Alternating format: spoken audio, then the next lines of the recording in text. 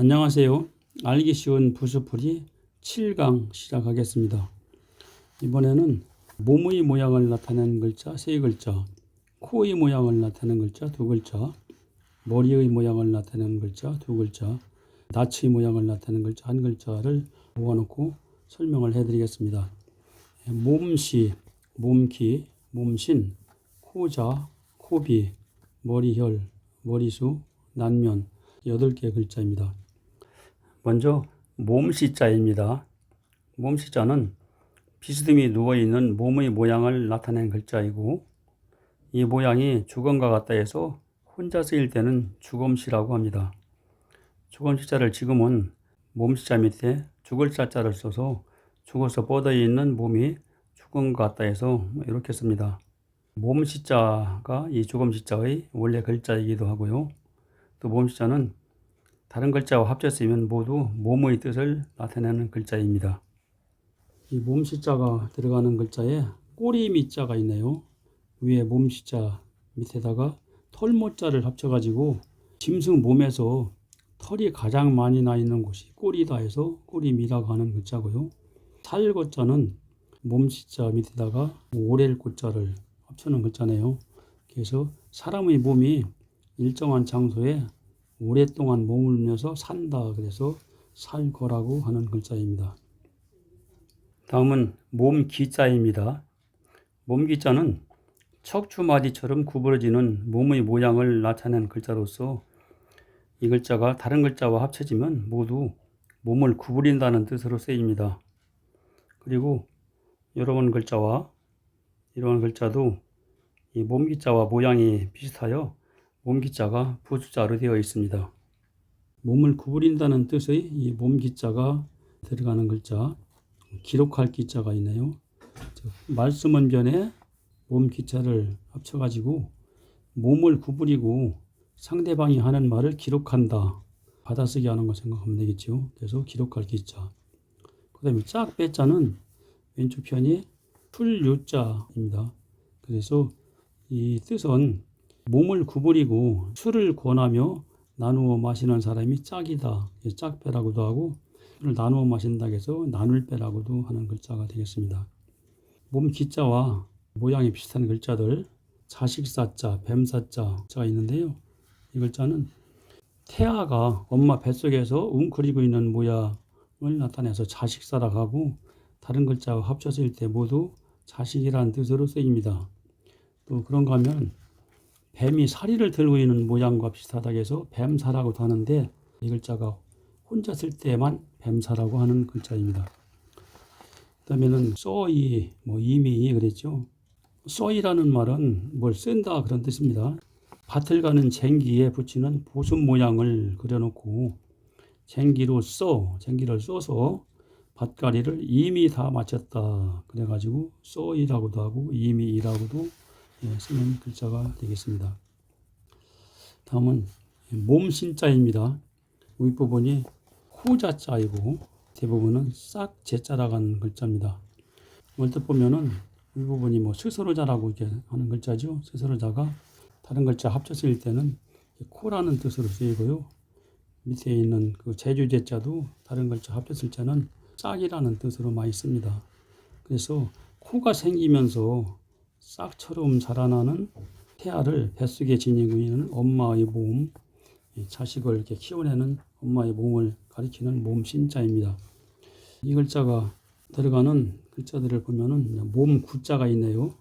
몸신자 오른쪽에 구분할 구자를 합쳐가지고 머리, 어깨, 다리 등 여러 부분으로 구분하여 이름을 붙이는 것이 사람의 몸뚱이다 해서 몸구라고 하는 글자이고요. 그 다음에 쏠사자는 몸신자 오른쪽에 법도 촌자를 합쳐놨어요. 그래서 몸의 자세를 법도에 맞게 취하고 활을 쏜다. 그래서 쏠사라고 쓰이는 글자가 되겠습니다. 이번에는 코자자입니다. 이 글자는 사람의 코 모양을 그려놓은 글자입니다.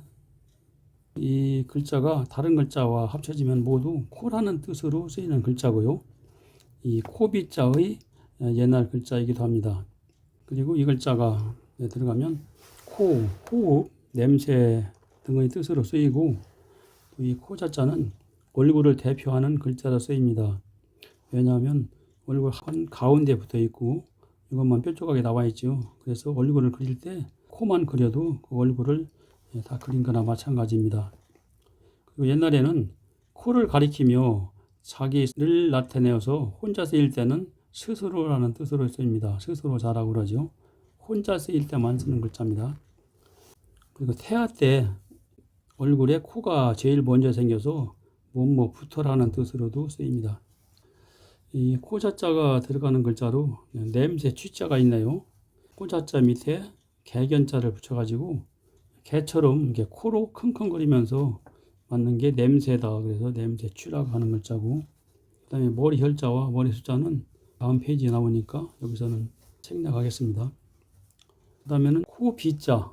원래 코자자를 스스로자라고 쓰다 보니까 코를 나타내는 글자로 단독으로 쓸 수 있는 글자로 코 비자를 추가로 만들어서 쓰고 있는 글자입니다. 이 글자는 윗부분이 코자자, 아랫부분은 받쳐줄 비라고 하는 그 두 개의 글자가 합쳐진 글자인데, 숨을 쉴 때 허파에 공기를 받쳐주는 곳이 코다. 그래서 코비라고 하는 글자입니다.